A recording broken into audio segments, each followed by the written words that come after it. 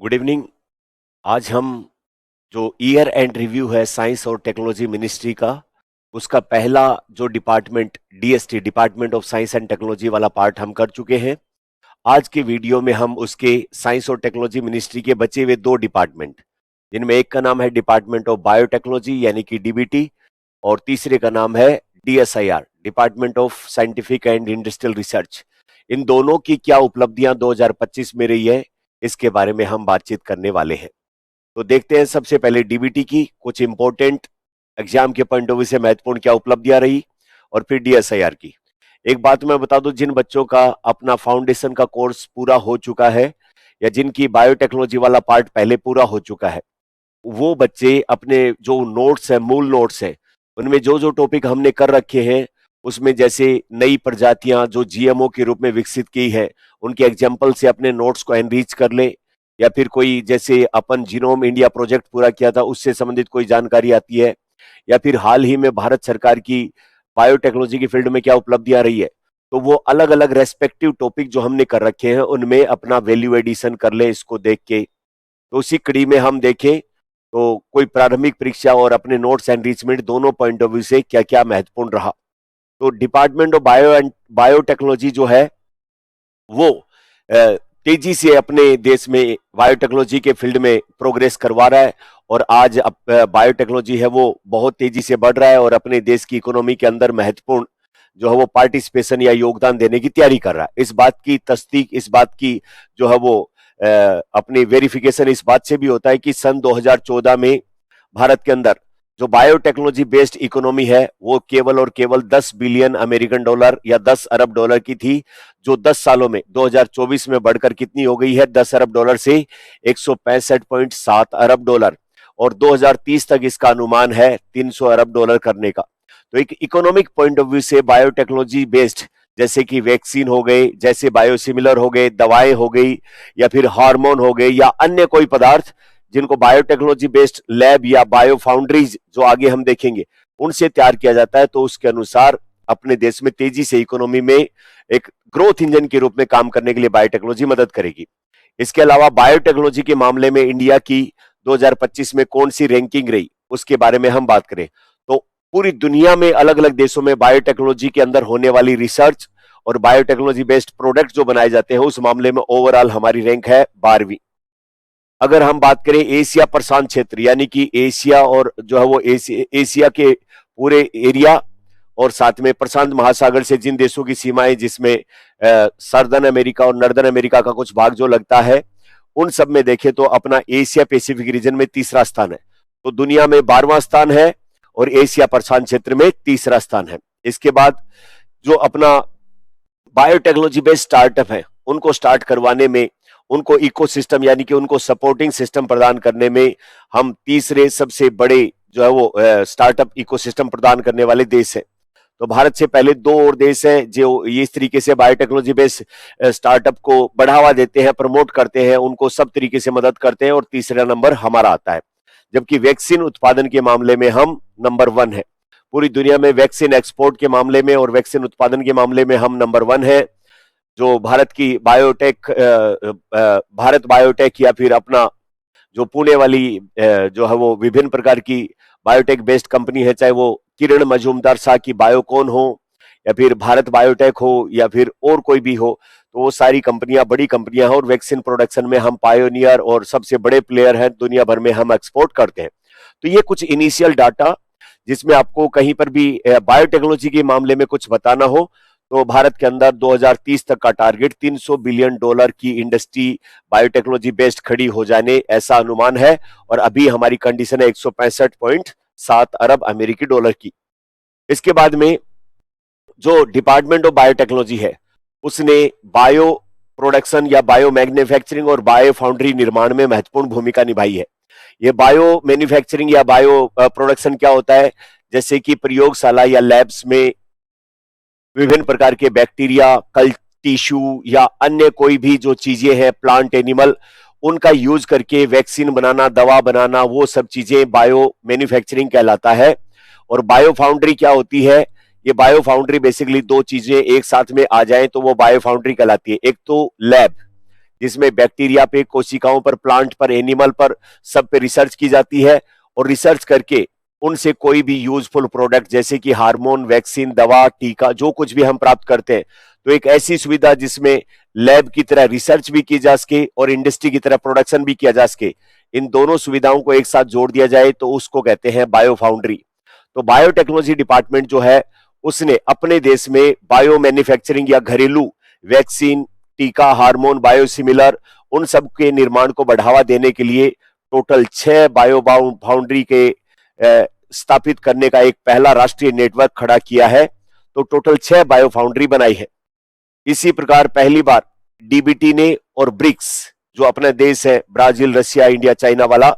South Africa, इन DBT और brick के संस्थानों ने मिलकर पहली बार 3 ऐसे रिसर्चर भेजे हैं। कहां पर? अंतरिक्ष में आईएसए, इंटरनेशनल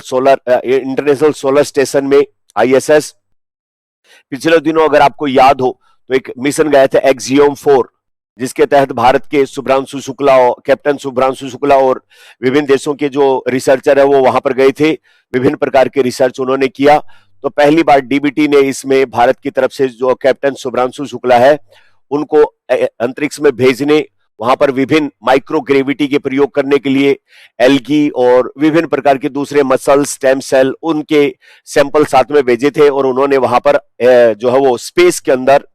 विभिन्न प्रकार के प्रयोग किए थे। तो डीबीटी ने महत्वपूर्ण भूमिका निभाई। इसी प्रकार जो भारत सरकार की एक पॉलिसी चल रही है जिसका नाम है बायो E3 पॉलिसी या बायो E3 नीति, बहुत ही इंपॉर्टेंट है। अपन ने इसका यूट्यूब के ऊपर एक सेपरेट वीडियो भी किया था जिसका पूरा नाम है biotechnology for 3E, economy, employment और एनवायरमेंट। तो इसको सामूहिक रूप से बायोटेक्नोलॉजी का यूज करके इकोनॉमी को बढ़ावा दिया जाए। जैसे 2030 तक 300 बिलियन अमेरिकी डॉलर का हमारा लक्ष्य है। इसी प्रकार युवाओं को रोजगार देने के लिए बायोटेक्नोलॉजी बेस्ड पढ़ाई करें, फिर उसके आधार पर रिसर्च करें, विभिन्न प्रकार के स्टार्टअप शुरू करें, इंडस्ट्री स्टार्ट करें, तो इसका मतलब रोजगार। तो biotechnology for economy, employment and environment, यानी कि प्रदूषण नियंत्रण, जो अपनी विविधता है उसको बचाने से संबंधित बातें।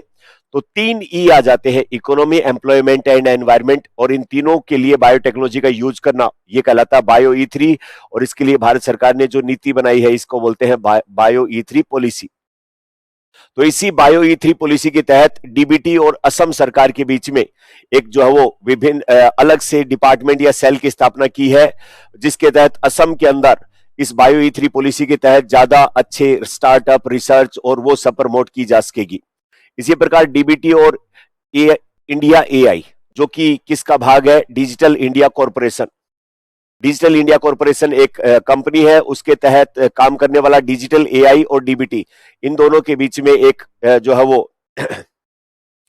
कृत्रिम बुद्धिमत्ता, आर्टिफिशियल इंटेलिजेंस, उसका यूज करके बायोटेक्नोलॉजी के फील्ड में कैसे और अच्छी रिसर्च की जाए, कैसे और अच्छी वैक्सीन, टीका या विभिन्न प्रकार की जेनेटिक इंजीनियरिंग से संबंधित मामले और कैसे बेहतर काम में लिए जा सकते हैं। कुल मिला के बायोटेक्नोलॉजी की बढ़त के लिए ICT, इंफॉर्मेशन कम्युनिकेशन टेक्नोलॉजी, और उसकी भी सबसे एडवांस चीज AI का उपयोग कैसे किया जाए, उसके लिए समझौता पत्र इनके बीच में साइन हुआ 18 अगस्त 2025 को। तो ये डीबीटी की और नई जो है वो विभिन्न प्रकार के क्या समझौते और विभिन्न प्रकार के क्या नई चीजें की है। इसी प्रकार जो हमने बात की थी कि अंतरिक्ष के अंदर जो भारत की तरफ से एक्सियोम 4 के अंदर कैप्टन शुभ्रांशु शुक्ला गए थे, उन्होंने क्या क्या प्रयोग किए, उसमें कुछ महत्वपूर्ण इन्होंने अपने ईयर एंड रिव्यू में रखा है। तो बायो E3 पॉलिसी के तहत एक्सियोम 4 मिशन में एक प्रयोग जो है उसमें माइक्रो एल्गी, वो शैवाल जिनका उपयोग खाने के रूप में किया जा सकता है, क्योंकि उनमें प्रोटीन, उनमें कार्बोहाइड्रेट, विटामिन या विभिन्न प्रकार के पोषक तत्वों की मात्रा ज्यादा होती है। स्पाइरुलिना इसी प्रकार की एक सिंगल सेल एल्गी है, जो कि एक तरीके से प्रोटीन के मामले में, सिंगल सेल प्रोटीन के मामले में सबसे रिच है। उसका भी अपन ने एक वीडियो किया था। तो अभी कैप्टन शुभ्रांशु शुक्ला अपने साथ में कुछ माइक्रो एल्गी लेके गए थे, जिनमें एक तो क्लोरेला, अगर आगे वाला नाम याद नहीं रहे तो क्लोरेला नाम याद रखना है, और दूसरा नाम याद रखना है डिस्मोर्फोकोकस जो है, ये दो बैक्टीरिया, क्लोरेला और डिस्मोर्फोकोकस बैक्टीरिया अपने शैवाल अपने साथ लेके गए थे, और स्पेस में या अंतरिक्ष में इनके ऊपर फोटोसिंथेसिस या विभिन्न प्रकार की दूसरी प्रक्रियाओं पर एक प्लांट की जो फिजियोलॉजी या प्लांट के शरीर में जो जो होता है उनमें किन किन चीजों पर अच्छा बुरा प्रभाव पड़ा, वो प्रयोग इन्होंने किए। खास करके माइक्रोग्रेविटी यानी कि जो गुरुत्वाकर्षण बल कम होता है, उस कम गुरुत्वाकर्षण में इन शैवाल या एल्गी की जो ग्रोथ है या वृद्धि है वो ज्यादा कम से कम 2 गुना तेजी देखी गई। यानी कि जो जमीन के ऊपर इस एल्गी को हम बढ़ाएंगे या इसको ग्रो कराएंगे, उसकी तुलना में स्पेस के अंदर ये तेजी से 2 गुना तेजी से बढ़े, क्योंकि वहां पर ग्रेविटेशनल फोर्स तुलनात्मक रूप से नगण्य या ना के बराबर है और वहां पर तेजी से ये बढ़नी शुरू हो गई। तो ये भी बायो E3 पॉलिसी के तहत। दूसरा, अंतरिक्ष स्टेशन में जो अंतरिक्ष यात्री रहते हैं वो यूरिन करते हैं तो उसमें यूरिया प्रेजेंट होता है या CO2 छोड़ते हैं या विभिन्न प्रकार का मानवीय मलमूत्र कूड़ा कचरा जो होता है उसका उपयोग करके वहां पर प्लांट ग्रो करवाए जाएं, ताकि उन्हीं प्लांट का यूज वो वापस से अंतरिक्ष यात्री अपनी जरूरतों को पूरा करे। मतलब मनुष्य CO2 छोड़ेगा, उसको वहां पर प्लांट लेगा CO2 को और बदले में ऑक्सीजन दे देगा, तो ऑक्सीजन वहां मनुष्य लेगा। कुल मिला के अभी जो अंतरिक्ष यात्री है उनको वहां पर रखने के लिए सिर्फ मैकेनिकल चीजों के ऊपर ही निर्भर रहना पड़ता है, विभिन्न प्रकार की मशीन और डिवाइस के ऊपर निर्भर रहना पड़ता है। अब आगे भविष्य में मनुष्य के साथ अगर प्लांट साथ चला जाए और वह एक ऐसा इकोसिस्टम बने जो एक दूसरे की जरूरतों को पूरा कर सके, उन प्रयोग के अंदर शुरुआती सफलता देखी गई। इसी प्रकार जो है वो अंतरराष्ट्रीय स्पेस स्टेशन में जो है वो मानव की जो मांसपेशियां हैं उन मांसपेशियों पर माइक्रोग्रेविटी का क्या असर है, विभिन्न प्रकार की कॉस्मिक वेव यानी कि अंतरिक्ष से जो तरंगे विकिरणें आती है उनका क्या प्रभाव पड़ता है, प्लस मानव की जो मांसपेशियों की स्टेम सेल है उनके ऊपर क्या प्रभाव पड़ता है, अगर उस पे चोट लग जाए तो वापस से घाव भरने में हीलिंग की क्षमता कैसे प्रभावित होती है, वो प्रयोग भी देखे गए। और हीलिंग यानी कि अंतरिक्ष में अगर किसी को चोट लगती है तो वापस से घाव या फिर जो स्टेम सेल है उनके दोबारा बनने की क्षमता में कमी और उनके डिफरेंशिएट होने की गति धीमी देखी गई। ये वहां पर प्रयोग किए गए। इसी प्रकार जो मेडिकल बायोटेक्नोलॉजी है या बायोटेक्नोलॉजी का मेडिकल साइंस में उपयोग है उसके बारे में भी कुछ 2025 में उन्हें उल्लेखनीय पहल रही। एक तो ग्रिब जो है वो INI यानी कि जो इंडिया के अंदर बहुत सारे ऐसे बच्चे उत्पन्न होते हैं, दुनिया में जो बच्चे उत्पन्न होते हैं उनमें जन्मजात रोग या विकृति पाई जाती है जिनको कॉन्जेनाइटल डिजीज या जन्मजात रोग कहते हैं। तो जो वो DBT ने अपने इंडिया के अंदर जो बच्चे जन्म से पहले किस प्रकार उनमें डेवलपमेंटल डिसऑर्डर या बच्चे के गर्भ में विकास के दौरान कौन से व्यवधान होते हैं जिससे कि किसी बच्चे के हाथ पैर आंख नाक अच्छे से डेवलप नहीं हो पाते या इंटरनल ऑर्गन अच्छे से काम नहीं कर पाए, उसके लिए लगभग 12,000 गर्भवती महिलाओं से सैंपल लिए गए, उनका डाटा लिया गया, उनका एनालिसिस किया गया और विभिन्न इसमें डॉक्टर साइंटिस्ट वगैरह ने साथ मिलकर इन सब कारणों की पहचान करने की कोशिश की जिसकी वजह से किसी बच्चे के जन्म से पहले ऐसी असामान्यताएं आ सकती हैं और इसलिए उस प्रोग्राम का नाम रखा ग्रिब। ग्रब यानी कि अपने बच्चों का गर्भ के अंदर पालन पोषण होता है माता के गर्भ में और उसके आगे INI इंडिया इनिशिएटिव। तो ग्रब इंडिया इनिशिएटिव में लगभग 12,000 गर्भवती महिलाओं के डेटा सैंपल लिए गए और ये जानने की कोशिश की गई अगर किसी बच्चे का गर्भ में अब नॉर्मल डेवलपमेंट होता है तो उसका क्या कारण है, विभिन्न प्रकार के सिंड्रोम वगैरह के क्या कारण है। दूसरा, अपने इंडो तिब्बतियन बॉर्डर जो है वो ITBP एक फोर्स है जो अपने जो तिब्बत वाले बॉर्डर के ऊपर भारत की सुरक्षा करने का काम करने वाली पैरामिलिट्री फोर्स, और उसने जो है वो DBT के साथ मिलकर ऊंचाई के ऊपर जो वहां पर सैनिक रहते हैं उनको क्या हार्डशिप फेस करनी पड़ती है, विभिन्न प्रकार की क्या तकलीफें होती है, उसके लिए एक जो है वो ज्वाइंट रिसर्च प्रोजेक्ट के ऊपर इन्होंने हस्ताक्षर किए हैं। इसी प्रकार 3 प्रोटोटाइप का विकास किया गया है। तो सबसे पहले तो मैं आपको बताता हूं कि प्रोटोटाइप क्या होता है। जब भी कोई मशीन, कोई डिवाइस, कोई उपकरण अपना फुल फ्लैश काम करे उसकी शुरुआती एक कंसेप्ट के तौर पे जो बनाया जाता है पहला सैंपल उसको कहते हैं प्रोटोटाइप। जैसे कि मान लो महिंद्रा कंपनी है और वो कोई नई कार लॉन्च करना चाहती है तो उस नई कार में क्या क्या फीचर होंगे वो सारे फीचर युक्त पहली एक सैंपल कार वो बनाए तो वो उस नई कार का क्या है, प्रोटोटाइप है। मान लो कि एक कोई HAL हिंदुस्तान एरोनॉटिकल लिमिटेड वो हेलीकॉप्टर बनाना चाहती है, उस हेलीकॉप्टर में क्या क्या विशेषताएं होंगी उन सारी विशेषताओं को डालते हुए जो पहला हेलीकॉप्टर बनाती है जिसका परीक्षण या जिसका एक्सपेरिमेंट किया जाता है जिसके आधार पर वो आगे सारी चीजें तय होंगी तो वो उसका हेलीकॉप्टर का क्या कहलाएगा, प्रोटोटाइप।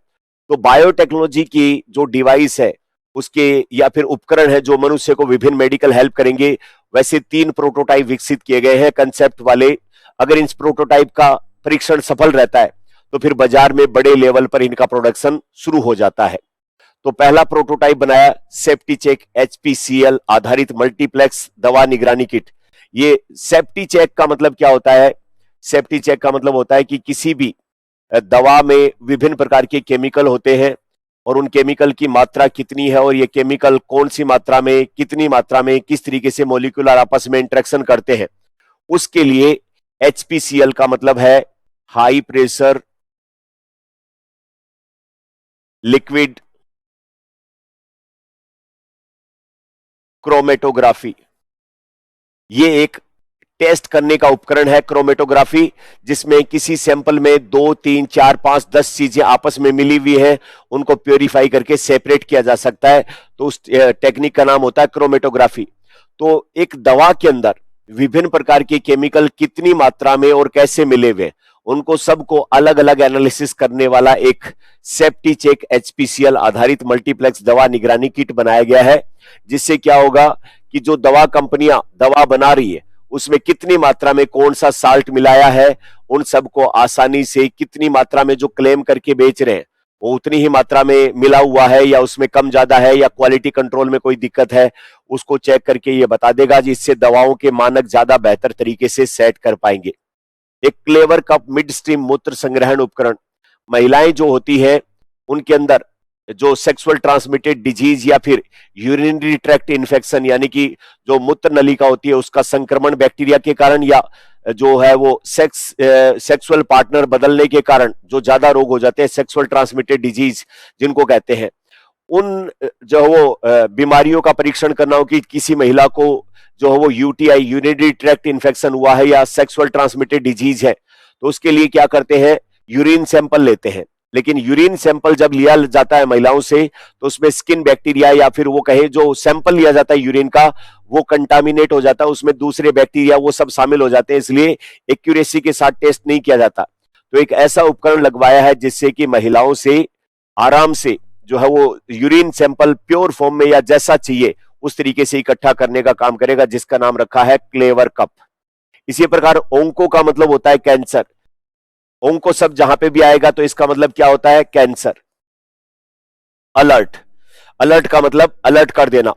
तो मुंह के अंदर किसी को कैंसर हो सकता है या नहीं हो सकता, तो उसको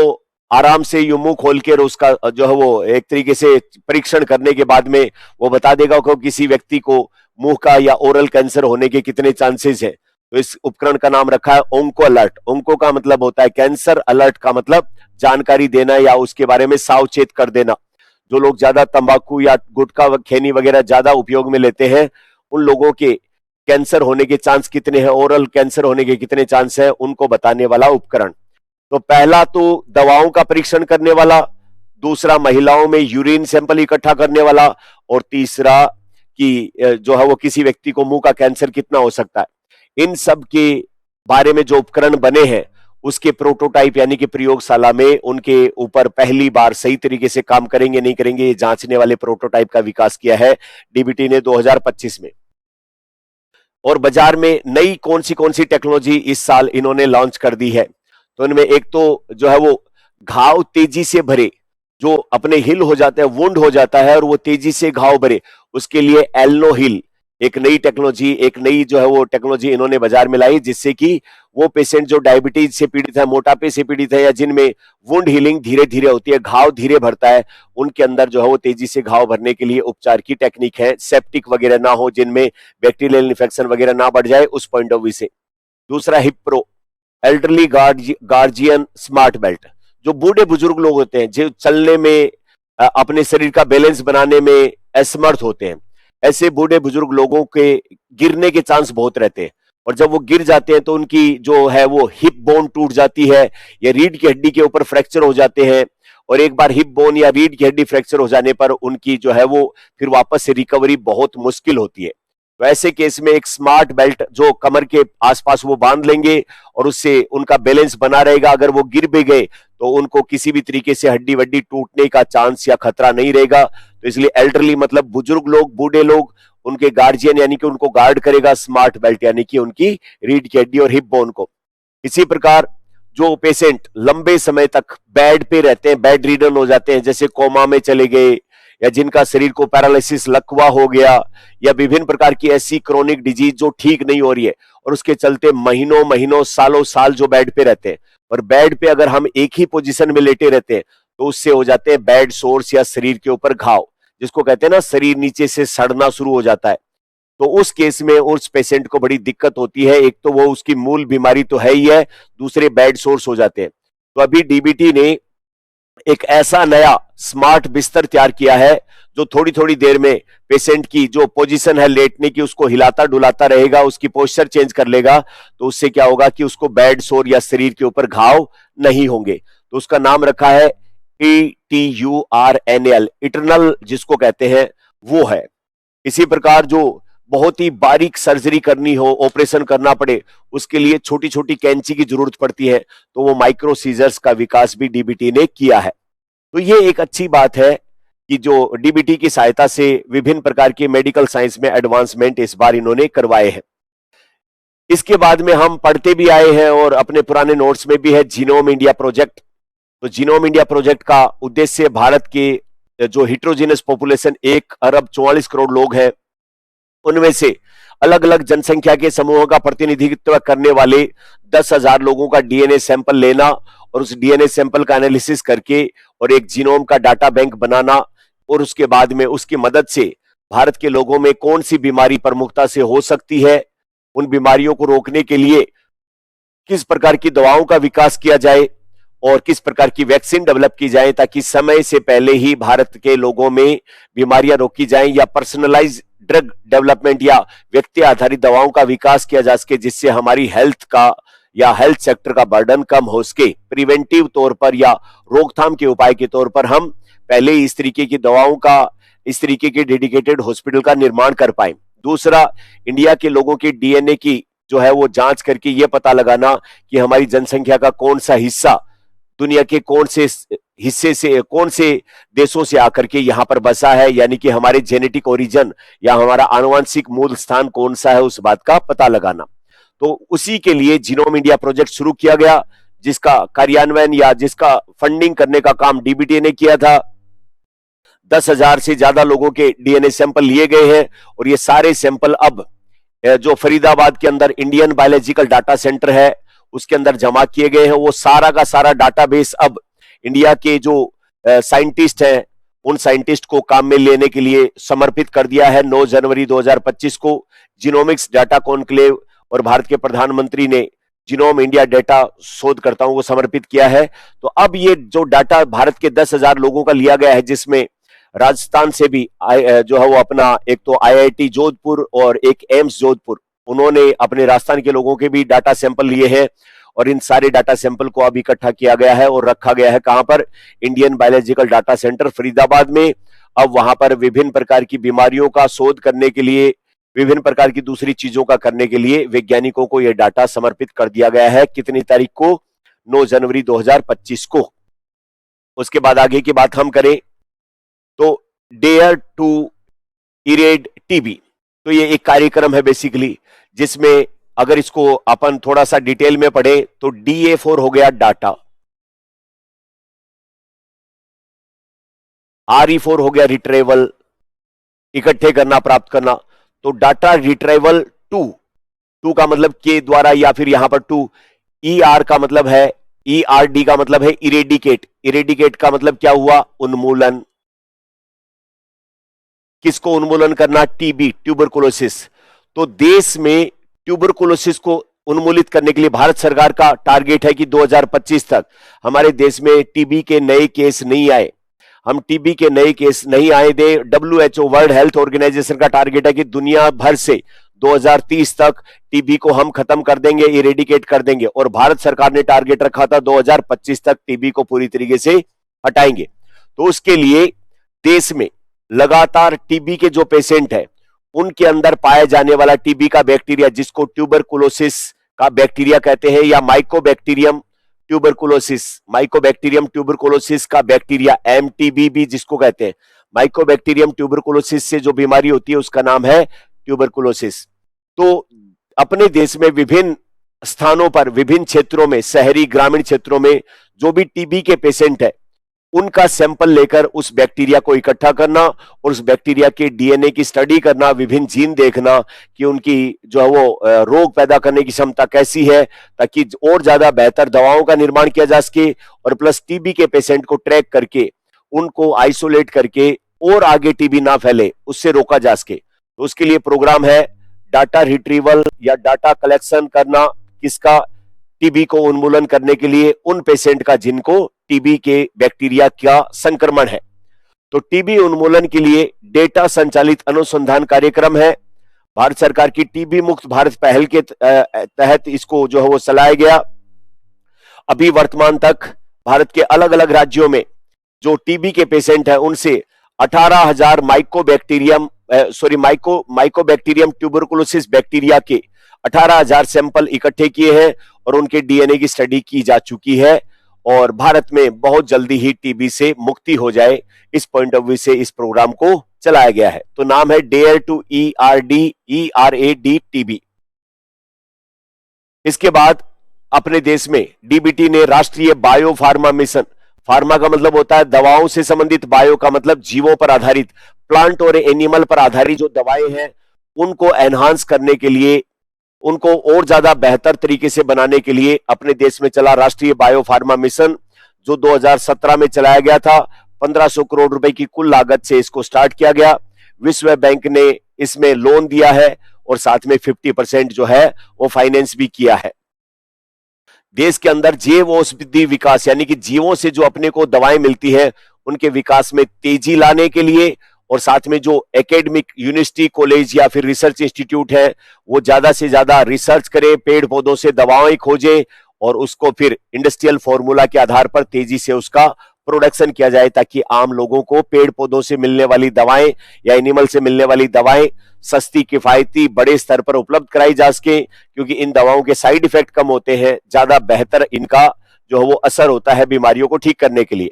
इसका कार्यान्वयन करने का जो जिम्मा सौंपा गया है वो बायोटेक्नोलॉजी इंडस्ट्री रिसर्च जो है वो असिस्टेंस जो काउंसिल है BIRAC उसके द्वारा किया जाता है, और 161 अलग अलग परियोजनाओं को ये इस नेशनल बायोफार्मा मिशन के तहत अलग अलग फाइनेंस देना हो, टेक्निकल असिस्टेंस देना हो, वो सब कार्य किए जाते हैं। अब इस नेशनल बायोफार्मा मिशन के तहत 4 बड़े क्षेत्र जो है उनके ऊपर यह केंद्रित है। तो सबसे पहले सार्वजनिक स्वास्थ्य के अंदर तो किस तरीके की दवाएं चाहिए, कौन से टीके, बायोसिमिलर वे दवाएं होती है जो बिल्कुल वैसी की वैसी होती है, जो अपने शरीर के नेचुरल मॉलिक्यूल होते हैं, हार्मोन होते हैं, एंजाइम होते हैं। तो अपने शरीर में मान लो नेचुरल एंजाइम, हार्मोन या किसी भी अन्य मॉलिक्यूल की कमी हो गई या बीमारी की वजह से नहीं बन पा रहा है, तो वैसा का वैसा प्रोडक्ट या वैसा का वैसा एंजाइम, हार्मोन अपने शरीर से बाहर प्रयोगशाला या प्लांट या एनिमल में बना के और वो दवा के रूप में लेना, तो वो कहलाता है बायोसिमिलर। बायो का मतलब जीव, सिमिलर का मतलब समान, अपने शरीर में बनने वाले एंजाइम, हार्मोन के समान ही जो दवा के रूप में हम काम में ले सकते हैं। तो उसके लिए नए नए बायोसिमिलर और टीके विकसित करने के लिए ज्यादा अच्छे कोलैबोरेशन विकसित करना, साझेदारी विकसित करना, ऐसे चिकित्सा उपकरण बनाना, साथ में जो अपना ह्यूमन रिसोर्स है उसको ट्रेंड करना, और साथ में एजुकेशन और इंडस्ट्री इन दोनों को एक साथ में लाना, और साथ में इंफ्रास्ट्रक्चर डेवलप करना। नेशनल बायोफार्मा मिशन के ये 4 बड़े सेक्टर हैं। अगर एग्जाम में आता है तो नेशनल बायोफार्मा मिशन के बारे में हम कहें कि वर्ल्ड बैंक से पोषित है, बिल्कुल 50% इसमें फाइनेंसिंग और लोन मिला है। इसको इंप्लीमेंट करने का काम किया जाता है किसके द्वारा, BIRAC, बायोटेक्नोलॉजी जो है वो biotechnology industry research assistance council के द्वारा, और 161 परियोजनाएं जो इन 4 क्षेत्रों पर मेनली आधारित है उनको ये असिस्टेंस देने का काम करती है। उसके बाद में जो एग्रीकल्चर बायोटेक्नोलॉजी है, एनिमल हस्बेंड्री में या एक्वाकल्चर में जो बायोटेक्नोलॉजी के विभिन्न उपयोग हैं, उसमें छोटे छोटे मिससेलेनियस है। आपको करना क्या चाहिए, जो अपनी बायोटेक्नोलॉजी में GMO हमने विकसित किए हैं या GMO के एग्जाम्पल विभिन्न प्लांट के, उनमें रिसेंट एग्जाम्पल के लिए ये इन सब चीजों का जो है वो एडिशन कर लेना चाहिए अपने नोट्स एनरिचमेंट में। साथ में कई बार वन लाइनर सवाल आते हैं प्रारंभिक परीक्षा में, जैसे कि T397 क्या चीज है, तो एक अलसी की किस्म है जिसका जीनोम स्वदेशी रूप से पहली बार सीक्वेंस यानी कि उसके डीएनए और डीएनए के ऊपर जीन्स किस सीक्वेंस में जुड़ी हुई है इस बात का पता लगा लिया है। इसी प्रकार ADT39 सब 1 ये क्या है, तो पानी में डूबे रहने वाली जो चावल की किस्म है जो कि पानी में डूबे रहने के बाद भी ज्यादा बेहतर प्रोडक्शन देती है, 2025 में इसको जारी किया गया है। इसी प्रकार जो क्योंकि जब चावल शुरुआती अवस्था में होता है तब तो पानी में डूबा रहता है, लेकिन जब पक जाता है उस टाइम पर उसको पानी से बाहर निकाल के सूखे के अंदर जब चावल की फसल पकने वाली होती है तब वहां से खेत से पानी सूखा हुआ रहता है और उस टाइम पर अगर पानी भर जाए तो फिर वो फसल के अंदर दिक्कत आती है और उसका प्रोडक्शन कम हो जाता है। तो एक ऐसी फसल है जो पानी भरा रहे तो भी उसका कुछ नहीं बिगड़ता है, तो ये चावल की वो किस्म है जिसका नाम है ADT39 सब 1। इसी प्रकार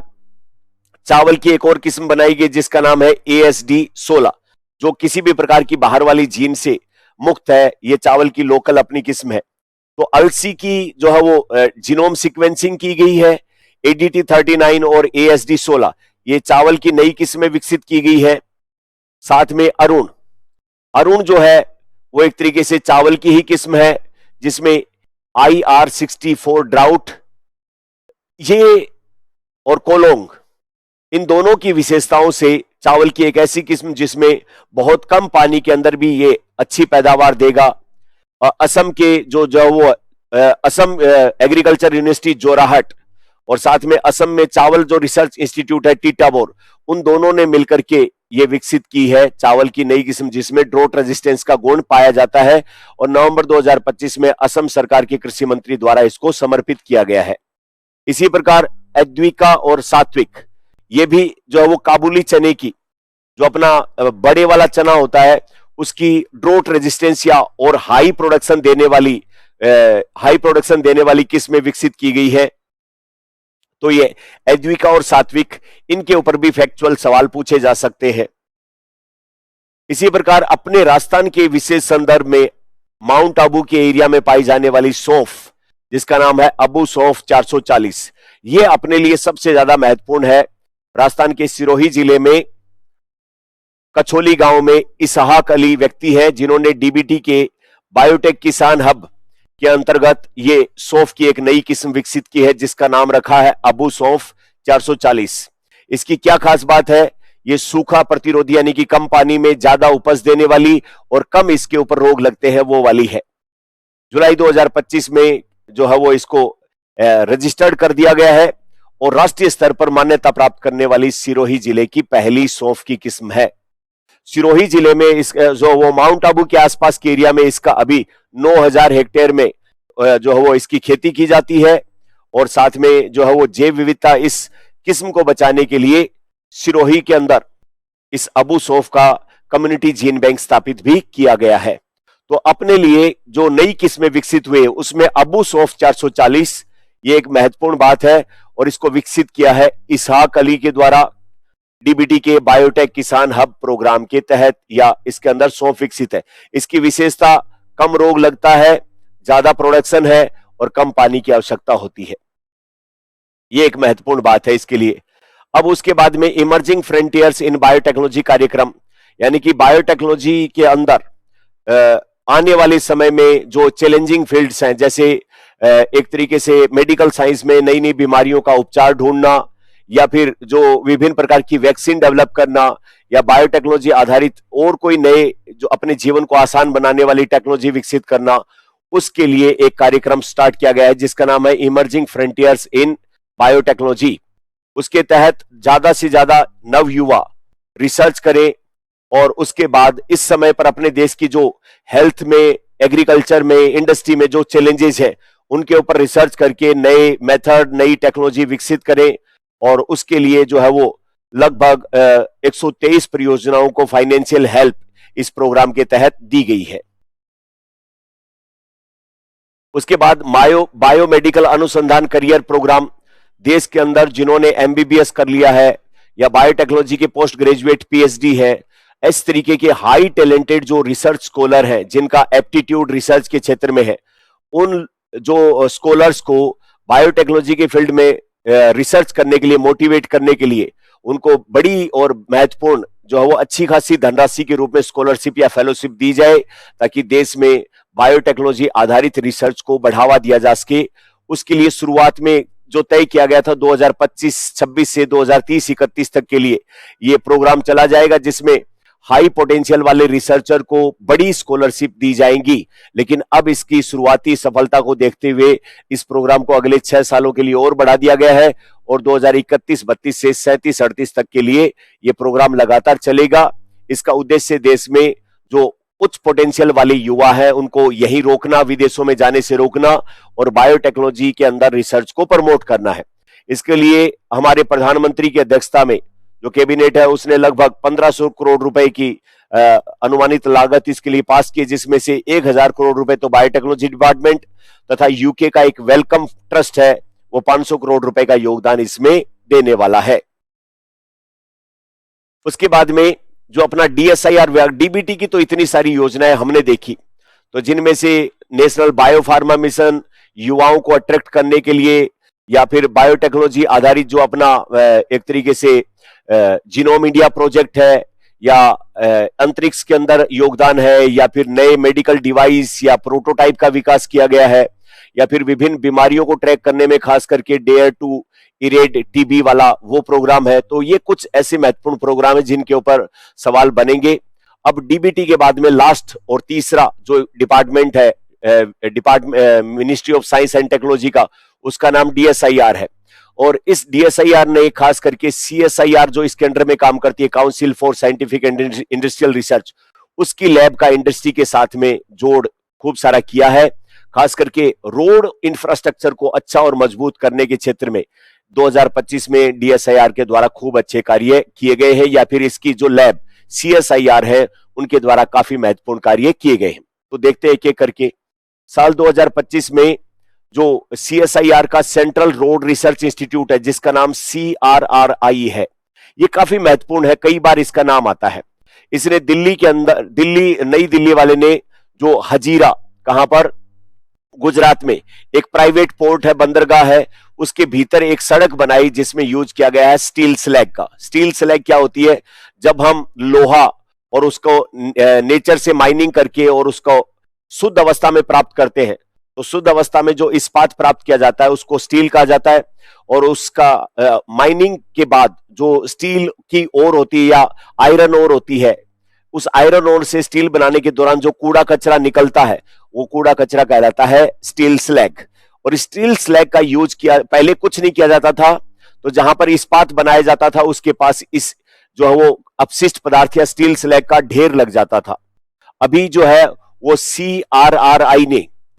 इस स्टील स्लैग का यूज किया और एक बहुत ही मजबूत ड्यूरेबल रोड का निर्माण किया है। कहां पर? हजीरा पोर्ट के अंदर, गुजरात, एक प्राइवेट पोर्ट है, उसके अंदर एक पहली बार नई सड़क विकसित की गई है। दूसरा, इकोफिक्स, सड़क के अंदर गड्ढे भरने के लिए इसी CRRI ने, सेंट्रल रोड रिसर्च इंस्टीट्यूट ने, दिल्ली सचिवालय के बाहर सड़क पर जो है वो इकोफिक्स टेक्निक्स का यूज किया और इससे लोहा और स्टील स्लैग, यानी कि लोहे के कुछ जो है वो रूप, और स्टील स्लैग यानी कि लोहे के बनाने के दौरान जो कूड़ा कचरा निकलता है उसका यूज करके तेजी से 20 मिनट में ही गड्ढों की मरम्मत कर दी और वापस से गड्ढे नहीं हो ऐसा मजबूत इसमें किया गया है। इसी प्रकार जो सेंट्रल रोड रिसर्च इंस्टीट्यूट ने CBPL और NHI, national highway authority of India, उसके साथ मिलकर के जो दिल्ली के चारों तरफ रिंग रोड है, DND फरीदाबाद KMP एक्सप्रेसवे, उसके ऊपर plastic and life plastic technology का यूज करके भारत की पहली जियो सेल सड़क विकसित की है। कुल मिला के ये जियो सेल टेक्निक जो होती है ये क्या होती है, इसके ऊपर थोड़ी सी ध्यान देने की जरूरत है। हनीकॉम्ब आपने देखा है, मधुमक्खी का छत्ता, उसके अंदर इस तरीके से हेक्सागोन सेल होते हैं और इसने प्लास्टिक का मटेरियल जो अब कहीं काम में नहीं आता, उस प्लास्टिक मटेरियल के ऐसे हेक्सागोन टाइप की जालियां बनाई और इन जालियों को सड़क के ऊपर, जहां सड़क बनाई जा रही है उसके नीचे बिछा दिया। अब इसके नीचे बिछाने के बाद में इसमें वहां पर मिट्टी भर दी और मिट्टी भरने के बाद इसके ऊपर रोड बनाने वाला सारा मटेरियल जो है वो इसके ऊपर से बिछा दिया, जिसमें बिटुमिनस, जिसको कोल टार, डामर वगैरह कहते हैं, गिट्टी वगैरह बिछाई। अब इस सड़क के अंदर मजबूती ज्यादा आ जाती है क्योंकि ये प्लास्टिक के बने हुए जो जियो सेल है, ये ऊपर जब भारी ट्रक या कोई वाहन चलते हैं तो उससे मिट्टी को धंसने से रोकते हैं, प्रेशर का इक्वल डिस्ट्रीब्यूशन होता है। तो अभी जो दिल्ली के चारों तरफ रिंग रोड है उसका नाम है डीएनडी फरीदाबाद केएमपी एक्सप्रेसवे। उसके ऊपर प्लास्टिक की बनी हुई जियो सेल जो है वो एक तरीके से जाली नुमा उपकरण का उपयोग करके और उसको ज्यादा ड्यूरेबल सड़क के रूप में विकसित किया है। इसी प्रकार जो बॉर्डर रोड ऑर्गेनाइजेशन है बीआरओ, उसने अपने नॉर्थ ईस्ट इंडिया में ऊंचाई वाले क्षेत्रों में रेजू पेव तकनीक का यूज किया है। पेव का मतलब होता है पेवमेंट, यानी कि एक तरीके से आने जाने के आहते या रास्ते। वहां पर रेजू पेव तकनीक का यूज करके ज्यादा ठंड के अंदर जो अपना डामर वाली सड़क है वो खराब हो जाती है, जल्दी काम नहीं करती है, तो इस रेजू पेव तकनीक का यूज करके ठंड की चुनौतियों से निपटते हुए कम तापमान में भी सड़क का निर्माण करने की टेक्निक विकसित की है। इसी प्रकार रिजू बिट एक टेक्निक होती है जिसके अंदर क्या होता है, बिट का मतलब है यहां पर बिटुमिनस। बिटुमिनस क्या होता है, कोयला। कोयले को कम ऑक्सीजन की उपस्थिति में जब हम गर्म करते हैं तो ये लिक्विड डामर में कन्वर्ट हो जाता है और डामर में फिर कंक्रीट या अपनी रोड़ी जो होती है उसको मिला के और फिर उसको रोड पे बिछाते हैं, तो अपनी ब्लैक वाली ये रोड जो है वो बन जाती है। अब समय के साथ में ये डामर जो बिटुमिनस कोयला से या बना है, इसकी पकड़ कमजोर हो जाती है या फिर ये कड़ा हो जाता है और उससे सड़क क्या है थोड़े दिनों में बिखरना शुरू हो जाती है। अब एक ऐसा जो है वो एक टेक्नोलॉजी विकसित की है जिसमें एक ऐसी लिक्विड चीज जो है वो बनाई गई है जो इस डामर और कंक्रीट से बनी हुई रोड जो होगी उसके ऊपर लिक्विड के रूप में उसका छिड़काव करेंगे, तो इसकी डामर की जो उम्र है उम्र बढ़ने के साथ ही इसकी पकड़ कमजोर होती चली जाती है, वो वापस से क्या हो जाएगा, रीजुविनेट। रीजुविनेट होने मतलब जान वापस से फूक जाना, उसमें वापस से उसकी उम्र बढ़ जाना। तो रिजुबिट यानी कि बिटुमिनस कोयले की उम्र को रिजुविनेट करने वाली टेक्निक का नाम क्या हुआ, रिजुबिट। तो हमारे नितिन गडकरी जी जो मंत्री है उन्होंने जो CRRI central road research institute है उसके साथ मिलकर रिजुबिट टेक्निक का यूज किया है, जिससे पुरानी बिटुमिनस सड़कों को दोबारा से बहाल कर दिया जाएगा। अभी क्या होता था, जैसे ही सड़कें पुरानी पड़ती वो विभिन्न प्रकार की जो मशीनों की सहायता से ऊपर का उसका डामर उतारते और फिर नई लेयर बिछाते। अब वो ऊपर का डामर या फिर कंक्रीट उतारने की बजाय उसके ऊपर ये लिक्विड ऐसा छिड़कते चले जाएंगे, तो उसी पुराने डामर की एज जो है वो वापस बढ़ जाएगी और नई सड़क की तरह कार्य करेगा और उससे 66% तक कम लागत आएगी। एक CSIR की लैब है अपने लखनऊ में जिसका नाम है NBRI, national botanical research institute, और उसने पहली जेनेटिकली मॉडिफाइड ऐसी कपास विकसित की है जिसके ऊपर पिंक बोलवर्म, जिसको गुलाबी सुंडी वाला जो कीट कहते हैं, वो कपास के बीजों को, उसके फ्लावर को, फल को खा के नष्ट कर देता है। तो वो पिंक बोलवर्म पूरी तरीके से उसके ऊपर काम नहीं कर पाएगा, वो उसका नष्ट हो जाएगा। इवन BT कॉटन जो अपन विदेशों से अमेरिका की जो मॉन्सेंटो कंपनी और उनके द्वारा विकसित की गई उसकी तुलना में अपनी जो NBRI national botanical research institute Lucknow के अंदर जो है वो विकसित की गई है, ये पूरी तरीके से पिंक बोलवर्म या गुलाबी सुंडी से मुक्त होती है, इसके ऊपर कोई असर नहीं पड़ेगा इस कीड़े का। इसके बाद जो CCMB centre for cellular and molecular biology Hyderabad, बहुत ही अच्छा रिसर्च इंस्टीट्यूट है। डॉक्टर लालजी सिंह जिन्होंने DNA फिंगरप्रिंटिंग को इंडिया में स्थापित किया, वो भी इसी इंस्टीट्यूट के डायरेक्टर रहे लंबे टाइम तक। उन्होंने क्या किया कि देश, अभी ये जो CCMB है इसने एक इस साल नया काम किया कि देश में जो पश्मीना शाल बिकते हैं, ये पश्मीना शाल क्या होते हैं, कश्मीर की में एक बकरी है जिसका नाम है पश्मीना बकरी। तो ये बकरी की एक किस्म है पश्मीना, जिसकी ऊन जो होती है, जिसके बाल होते हैं वो बहुत सॉफ्ट होते हैं।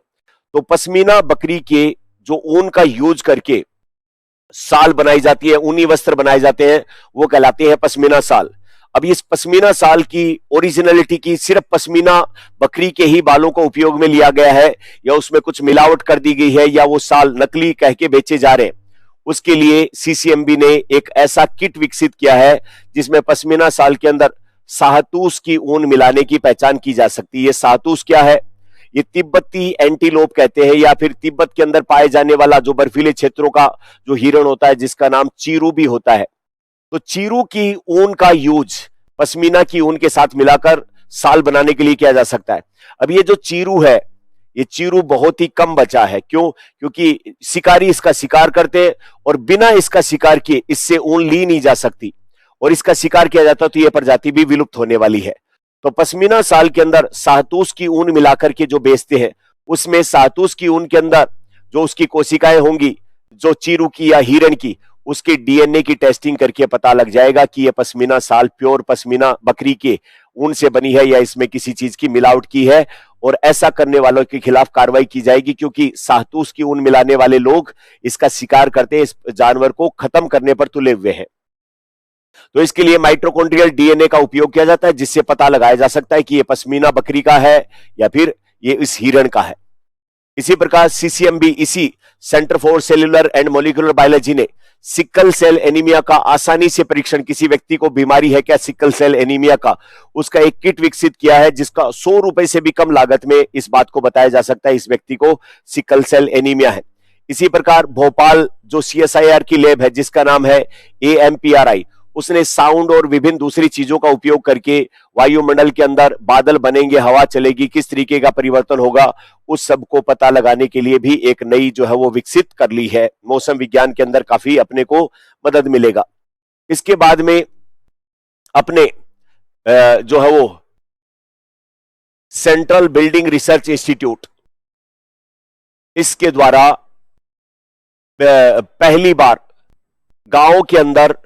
जो लोगों के छोटे छोटे घर बनाए जाते हैं, अभी तक क्या होता था, उन घरों को बनाने के लिए ईंट पत्थर को आपस में जोड़ जोड़ के कंक्रीट और सीमेंट की सहायता से बनाया जाता था। बट अब ऐसा न करके एक ऐसा 3D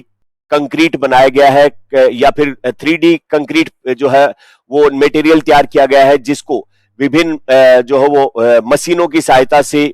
एक के ऊपर एक इस कंक्रीट और सीमेंट मिक्स को इस तरीके से तैयार किया गया है, इसके ऊपर एक परत बना के घरों की दीवारें, छत और वो सब बनाई जा सकती है। तो इस तरीके से मशीनों की सहायता से और इस मटेरियल की सहायता से जो घर का निर्माण किया जाएगा, उस घर का निर्माण करना नहीं कहलाएगा, ये कहलाएगा उस घर की प्रिंटिंग।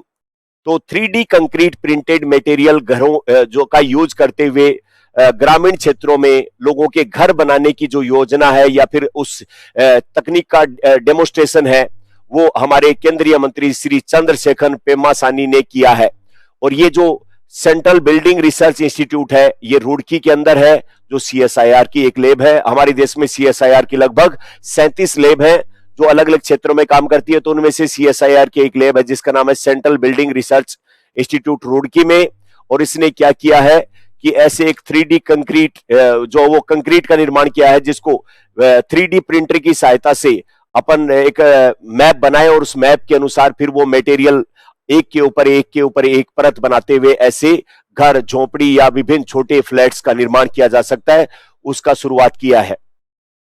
इसी प्रकार रुड़की का यही institute central building research institute देश में ऐसे घर बनाने की टेक्नोलॉजी के ऊपर काम कर रहा है जो जलवायु परिवर्तन से संबंधित जो हमारे चैलेंजेस है उनको सोल्व करने में मदद करेगा। मतलब कम बिजली, वो नेचुरली ठंडा रहेगा, एसी वगैरह की जरूरत नहीं पड़ेगी, या फिर इस तरीके के जो खतरनाक बादल फटने या दूसरी जो जलवायु परिवर्तन के कारण बैड इंपैक्ट है, उनका असर कम से कम रहेगा। तो ये सारी चीजें अपने यहां पर की है।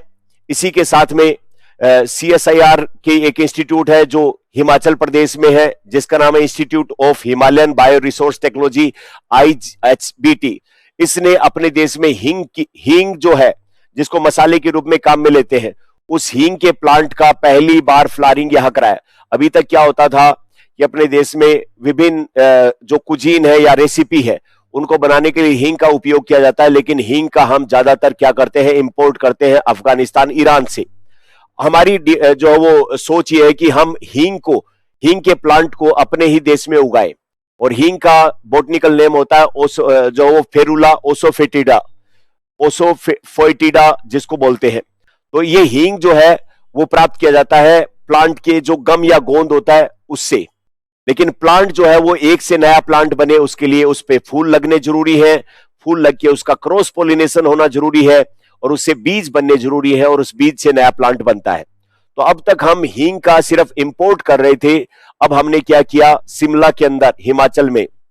हींग के प्लांट लगाए और उनमें पहली बार पुष्प खिले हैं। अब पुष्प खिलने के बाद उनमें क्रॉस पोलिनेशन होगा, बीज बनेगा, और हींग के मामले में हम आत्मनिर्भर बन पाएंगे, हम उसको इंपोर्ट करने पर निर्भर नहीं रहेंगे। तो उस दिशा में पहली बार हींग के प्लांट लगाए और उसके ऊपर फ्लावरिंग हुई। कहां पर? शिमला में, हिमाचल प्रदेश। इसी प्रकार जो है वो अपने छत्तीसगढ़ के अंदर अंबिकापुर जिला है, वहां पर अदानी जो माइनिंग से संबंधित काम करते हैं, उन्होंने एक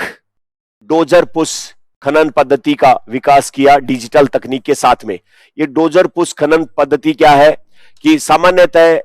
वो खनन या वो माइनिंग जहां पर मिनरल्स जो होते हैं वो बहुत गहराई में नहीं होते।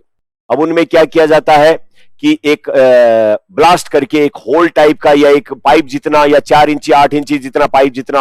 होल किया जाता है और फिर उसमें ब्लास्टिंग करवाई जाती है और फिर उससे जो चट्टाने टूटी है या मिनरल्स टूटे हैं या जो खनिज के एस्क टूटे हैं जो चट्टानों के रूप में है, उनको बुलडोजर की मदद से धकेल के एक जगह पर इकट्ठा करना या फिर अपने ट्रकों में भरना, उस तकनीक का नाम है डोजर पुश खनन तकनीक। और इसको ऑटोमेटिक कंप्यूटर की सहायता से जोड़ने के लिए उन्नत तकनीक जो है उसके रूप में काम करने के लिए एक रिसर्च इंस्टीट्यूट है, central institute of mining and fuel research Dhanbad,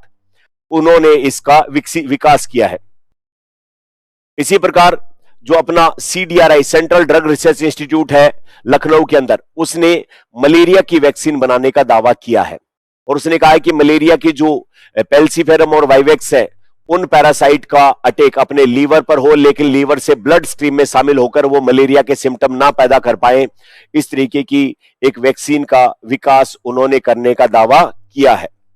इसके बाद एट द एंड ऑफ इसके तो national chemical laboratory institute Pune ने जो अपना लड़ाकू मिग विमान है उसके अंदर लगातार ऑक्सीजन पैदा हो, जिससे कि पायलट और उस इंजन सबको जरूरत उसकी पूरी हो सके ऑक्सीजन की एज ए ऑक्सीडाइजर, उसका विकास किया है।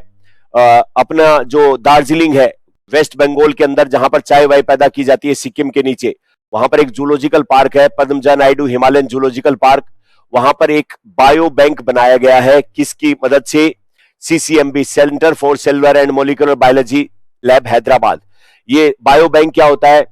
वन्य जीवों को बचाने के लिए उनके एग स्पर्म या फिर पोलन ग्रेन या उनके ओव्यूल या फिर उनका शरीर का कोई टिश्यू, उनका DNA जीन, उसको सुरक्षित क्रायो प्रिजर्वेशन तकनीक से रखना।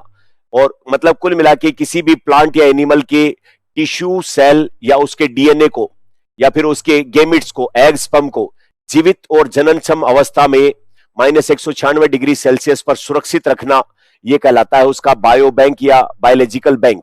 ये Padmaja Naidu Himalayan zoological park में विकसित किया गया है। तो एट द लास्ट कि ये जो अपना नेशनल एरोस्पेस लेबोरेटरी है बेंगलुरु, उसने एक ऐसा मटेरियल विकसित किया है जो सूर्य की प्रकाश विकिरणों को और ज्यादा बेहतर मात्रा में तेजी से कैप्चर करता है और उसकी हीट को एब्जॉर्ब करके और उसके अंदर जो है वो मटेरियल के द्वारा ट्रांसफर कर दिया जाए पानी में, तो पानी गर्म हो जाता है। तो पानी को सोलर पावर की मदद से गर्म करना वो कहलाता है सोलर गेजर टेक्निक। और वो सोलर गेजर टेक्निक उतनी ही बेहतर काम करती है जब सौर ऊर्जा को बेहतर तरीके से पकड़ा जाए। उसके लिए नेशनल एरोस्पेस लेबोरेटरी, शॉर्ट में बन जाता है नाल, तो उन्होंने एक मटेरियल बनाया जिसका नाम रखा है नालसन। तो नेशनल एरोस्पेस लेबोरेटरी के द्वारा सूर्य के प्रकाश को कैप्चर करके और उसकी हीट जो है उसको अपन पानी गर्म करने या विभिन्न प्रकार की दूसरी चीजों में काम में लेने के लिए काम में लिया जा सकता है। तो ये एक इंपॉर्टेंट जो है वो CSIR की लैब NAL के द्वारा विकास किया गया एक नया 2025 का डेवलपमेंट है। तो कुल मिला के इन 3 क्लासों में या 3 क्लासें अपनी हो गई। इन 3 क्लासों में हमने ministry of science and technology, उसके 3 डिपार्टमेंट और उनके द्वारा विकसित की गई साल 2025 की नई टेक्नोलॉजी, इनोवेशन, पहल, कार्यक्रम, स्कीम, उन सब के बारे में हमने थोरोली स्टडी की। अब इनमें से कुछ चीजें आपके लिए एग्जाम में काम की है निश्चित तौर पर, कुछ चीजें आपके जो नोट्स बने हुए फाउंडेशन के उनमें वैल्यू एडिशन के तौर में काम में आ जाएंगी, उसमें रिसेंट एग्जाम्पल के तौर पर सेट करने के काम में आ जाएंगी, या फिर ऐसा कोई मान लो कि सवाल, क्योंकि हमारे 2025 में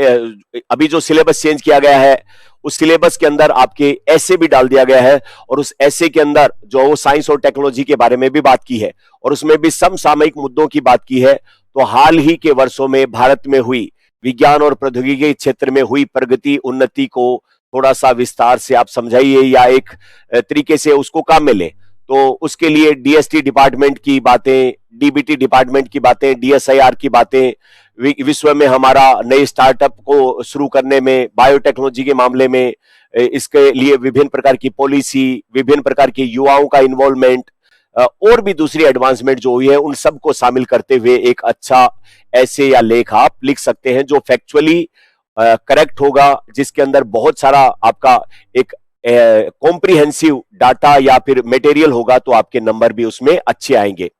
तो इसकी पीडीएफ आपको टेलीग्राम चैनल पे मिल जाएगी, और हम कल मिलते हैं नई मिनिस्ट्री के ईयर एंड रिव्यू के साथ में। Thank you very much.